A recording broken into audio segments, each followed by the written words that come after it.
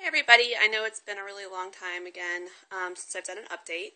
I will be 32 weeks pregnant tomorrow. Um, Not a lot's been going on. I am getting over a bladder infection, which was very painful and discomforting. I could almost barely walk at times, and I had it for about a week before I was able to get a prescription. It started probably almost 2 weeks ago. I was having pressurous pains, and I called my doctor, and she said, "Oh, go to women's evaluation and get checked out." And that's just pretty much what that is. It's just it's on the same floor as labor and delivery at the hospital I'm going to be delivering at, and it's they check to make sure it's not preterm labor, and it's just kind of like a little pregnant, I don't know, women's clinic or something. And they did a urine culture, and they said I didn't have anything. But they gave me some medicine for bladder spasms. Well, the following Thursday, I was still having a lot of pain, and I had my doctor's appointment. I mentioned it to her, and I always go in and for my appointments, you give a sample of urine. They check my urine every time for protein, make sure there's not protein in my urine. So she said that I had quite a bit of white blood cell in the urine, which can indicate an infection, so she wrote me a prescription. And I've just been drinking a ton of water and cranberry juice and just trying to fight that off. At the same time, my hips and pelvic bones are starting to spread. Baby will probably be dropping here in the next month or so. So I'm just getting kind of a lot of discomfort from that too, and I know that's completely normal, and there's really nothing I can do about that. My tailbone will hurt at times, like rolling over in bed will hurt, getting up out of bed will hurt. I went for a walk yesterday. I felt really good, and I have gained some weight, so I was really trying to exercise, and it was a beautiful day here. So I did walk, and I think I'm just kind of paying for it today with the soreness. That's all that's really been going on. I can tell she has gotten so much bigger the way she moves. I really don't get kicked anymore. I get like these,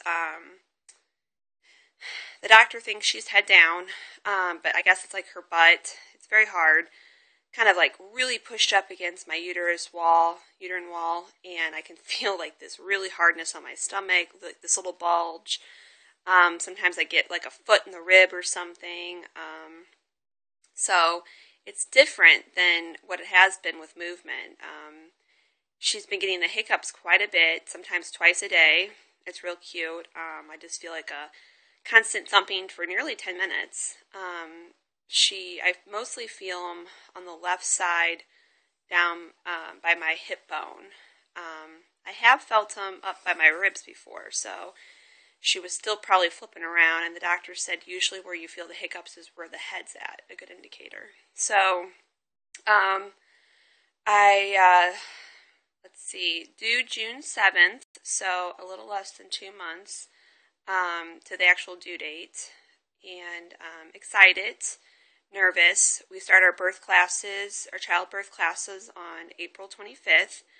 A little bit later than I wanted to, but with my husband, it's tax season, and he's CPA, so he has been working quite a bit.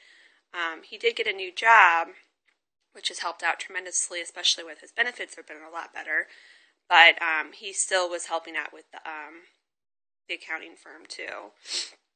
So that's pretty much about it.